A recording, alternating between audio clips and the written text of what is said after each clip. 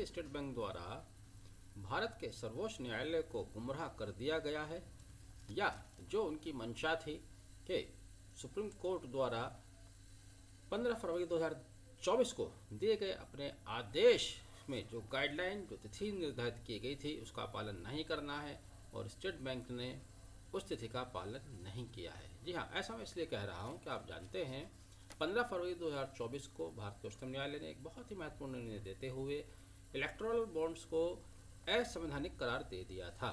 साथ ही भारतीय state bank, जो कि इलेक्टोरल बॉन्ड का सेंटर हुआ करता था, जहाँ से इलेक्टोरल बॉन्ड खरीदे और जमा किए जाते थे, उसको निर्देश दिया, कहा कि वह 6 मार्च तक सुप्रीम कोर्ट को सूचनाएं उपलब्ध कराए कि अमुक अवधि, यह अवधि 12 अप्रैल 2019 से 15 फरवरी 2020 के बीच की अवधि है, कि इस अवधि में कुल कितने इलेक्टोरल बॉन्ड खरीदे गए।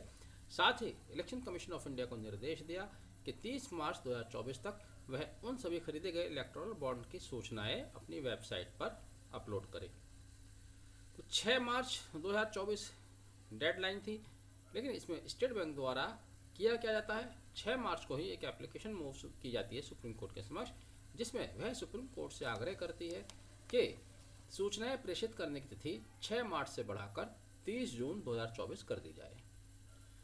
अब ये पेटिशन जिस पर निर्णय आया था 15 फरवरी को, आप जानते हैं कि समाज सेवी व कांग्रेस के नेता जया ठाकुर द्वारा, तथा कुछ और भी लोग थे, इसमें एडीआर था, एसोसिएशन फॉर डेमोक्रेटिक रिफॉर्म। जब एडीआर को ये जानकारी हुई तो उन्होंने तुरंत स्टेट बैंक ऑफ इंडिया के विरुद्ध कंटेम्प्ट पेटिशन फाइल कर दी। उनका आरोप था कि स्टेट बैंक ऑफ इंडिया ने जानबूझकर, डेलिब्रेटली, विलफुली सुप्रीम कोर्ट के आदेश की अवहेलना की है, इसलिए उनका यह प्रार्थना पत्र कंटेम्प्ट की कैटेगरी में आता है।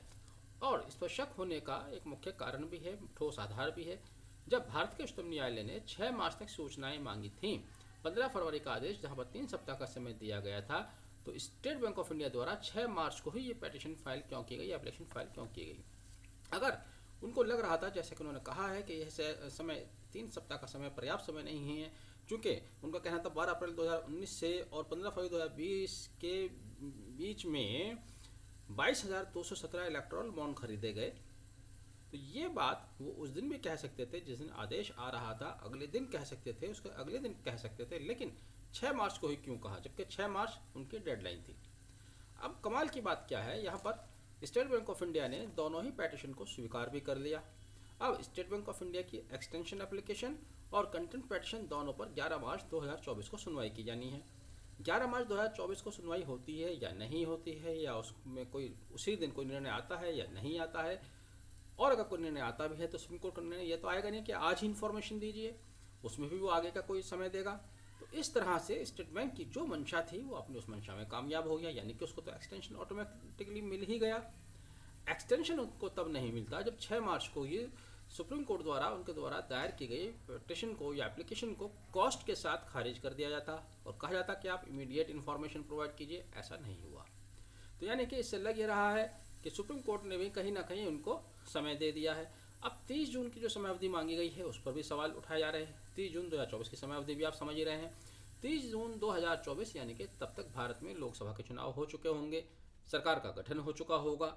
तब कम से कम इस चुनाव के मद्देनज़र सुप्रीम कोर्ट के आदेश का कोई महत्व नहीं रह जाता। सुप्रीम कोर्ट जानना ये चाहता था कि 12 अप्रैल 2019 से लेकर 2024 तक कितने इलेक्टोरल बॉन्ड बेचे गए। साथ ही उसको यह भी जानना था कि इस चुनाव के संबंध में कितने इलेक्टोरल बॉन्ड की खरीद फरोख्त हो रही है, कितना पैसा इधर से उधर जा रहा है। लेकिन इस सबको एक तरह से एसबीआई ने धता बताते हुए सुप्रीम कोर्ट के 15 फरवरी 2024 के आदेश की सीधे तौर पर पालन नहीं किया है, यही कहा जाएगा। अब सोमवार का दिन बहुत महत्वपूर्ण दिन है। देखिए उस दिन क्या होता है सुप्रीम कोर्ट में। आपने वीडियो आखिर तक देखा। Thank you. Have a nice day.